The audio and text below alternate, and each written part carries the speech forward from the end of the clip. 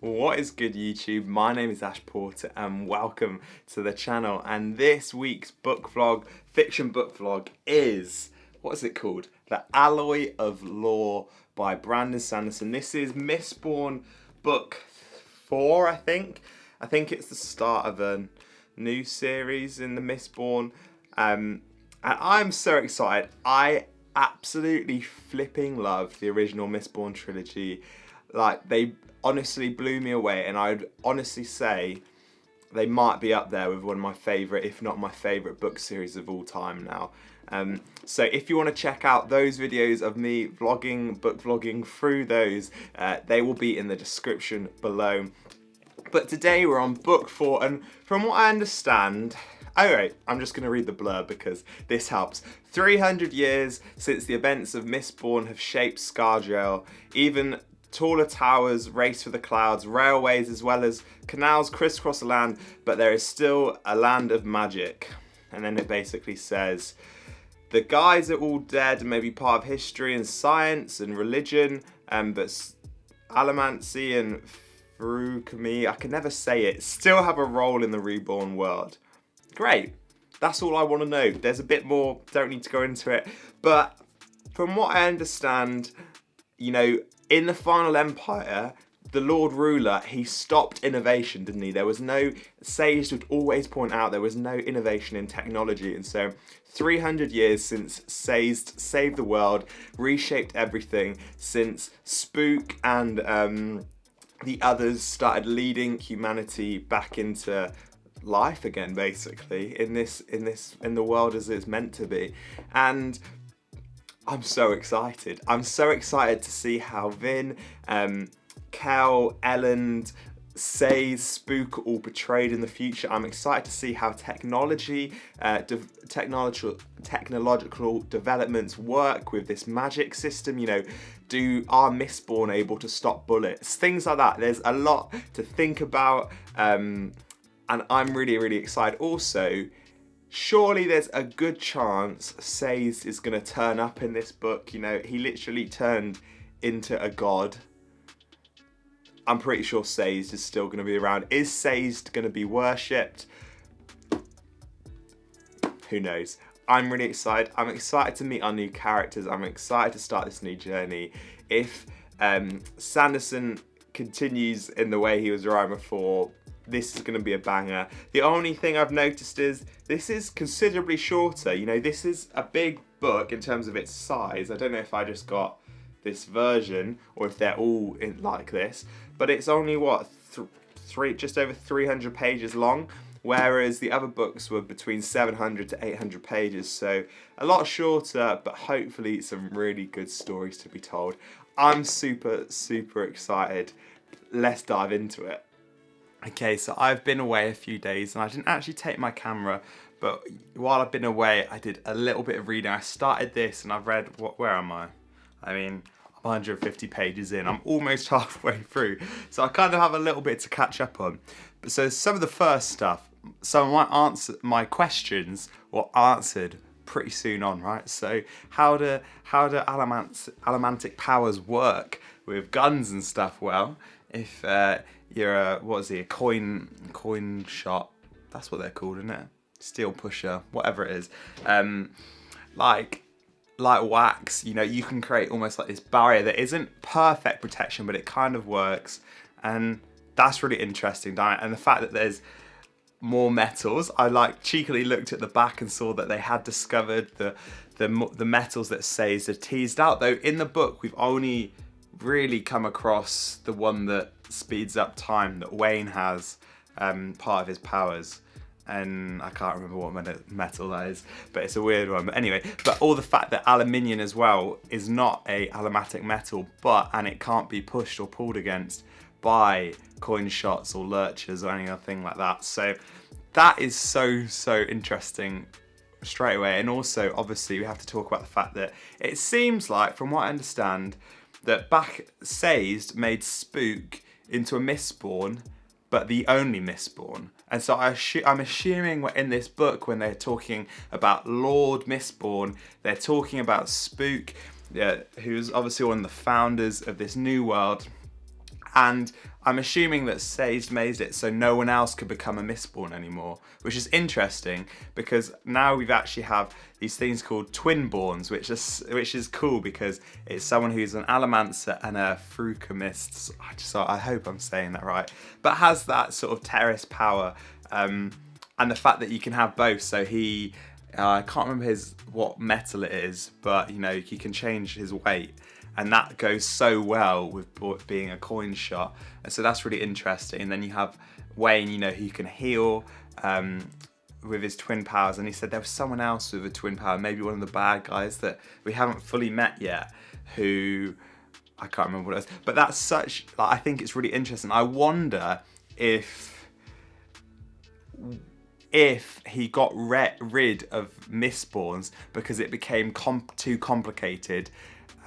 Almost to have it in the story with the technology, with if you're making a load of people Fruchemists, or however it is. Yeah, if he got rid of Mistborns because of that, or if they're going to come back, I don't really know. But it's super, super interesting.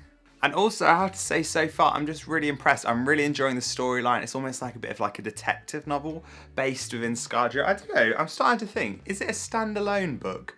Or is it part of a new trilogy? I'm not really sure, but I'm really enjoying Wax. I'm really enjoying Wayne. This girl who's the detective, is her name on the back?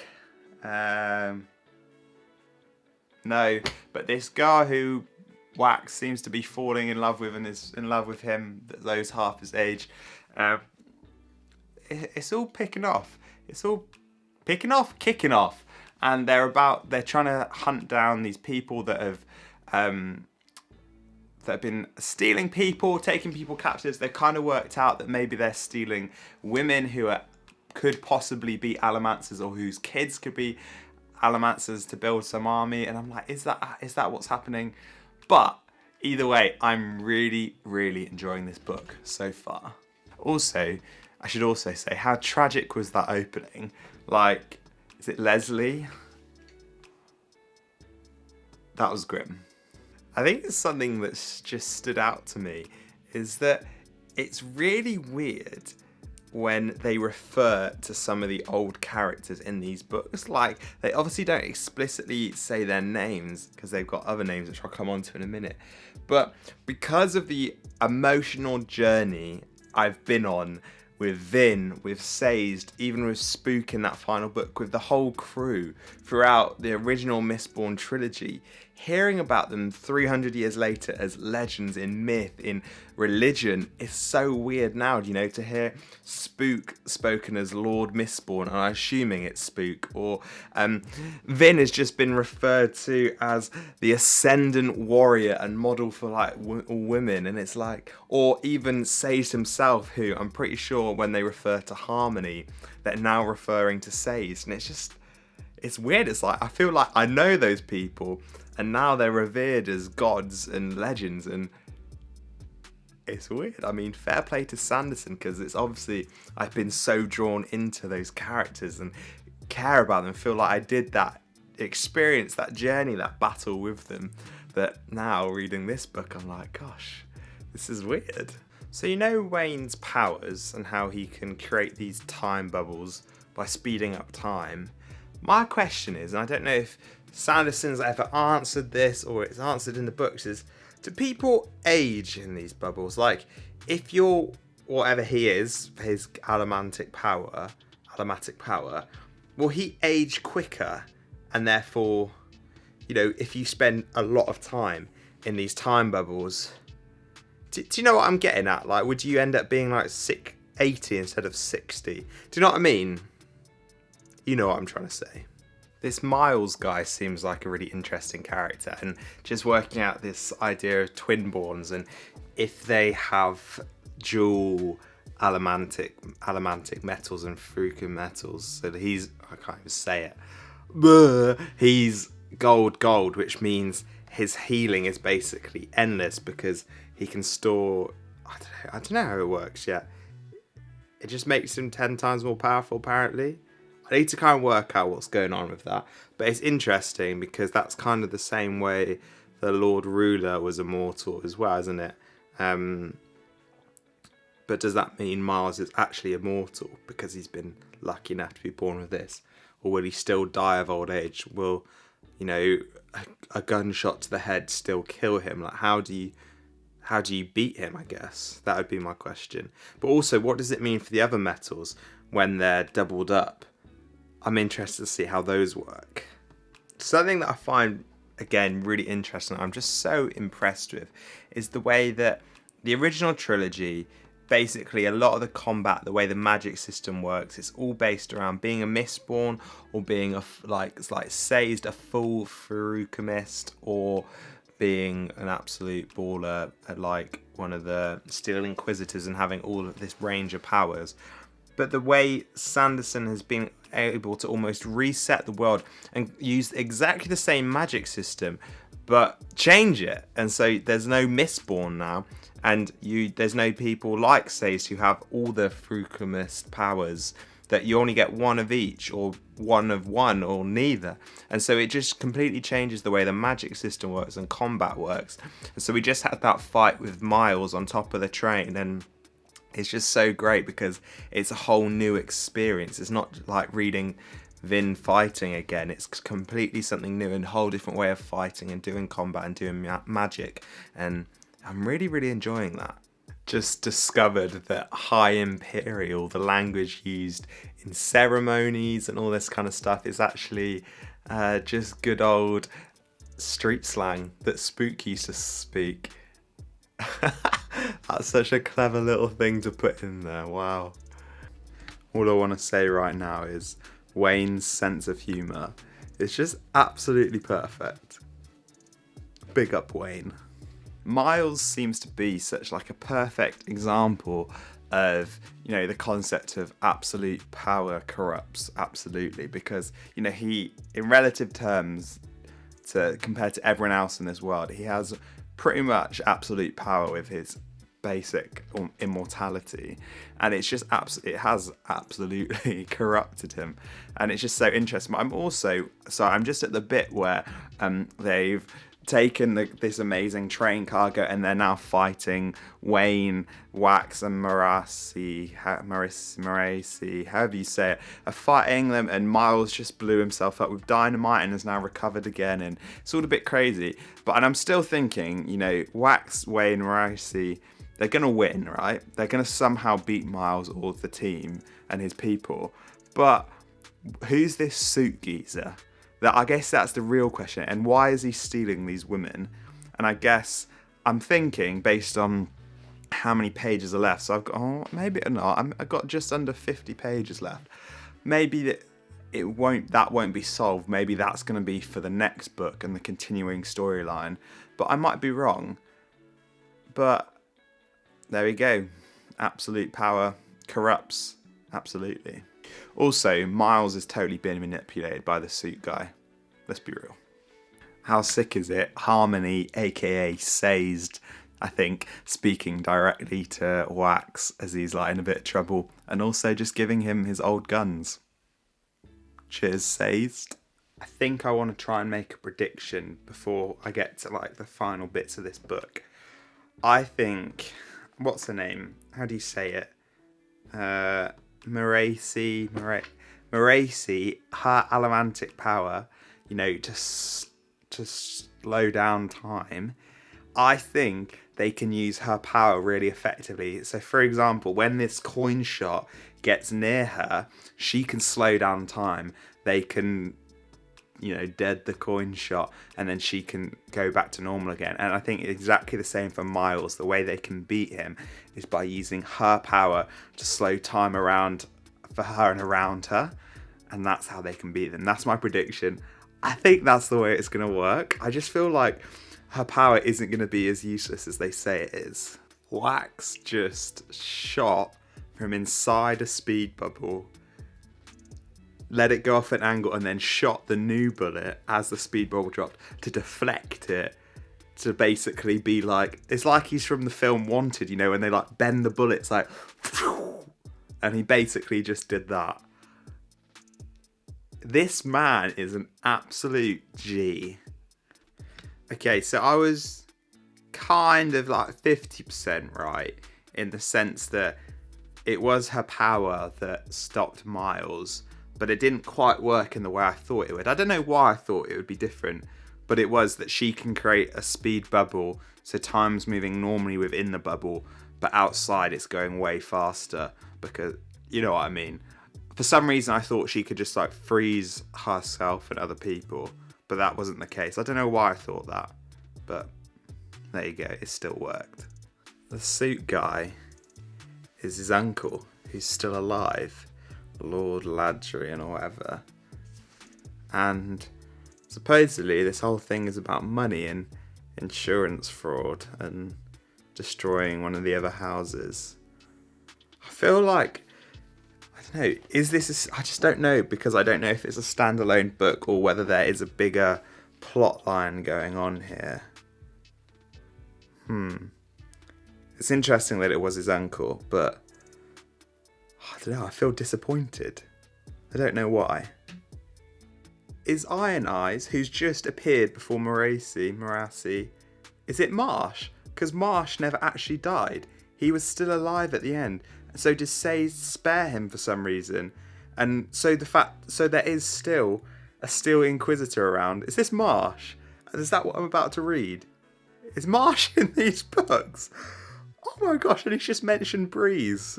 What a throw. Oh my days, my head is shook, man. What? I just finished Alloy of Law. I'm going to sit on it for a few hours and maybe later today or tomorrow record the outro to this video with my final thoughts. But my initial reaction, oh my days, that is how you end a book where you know you've got more books to come.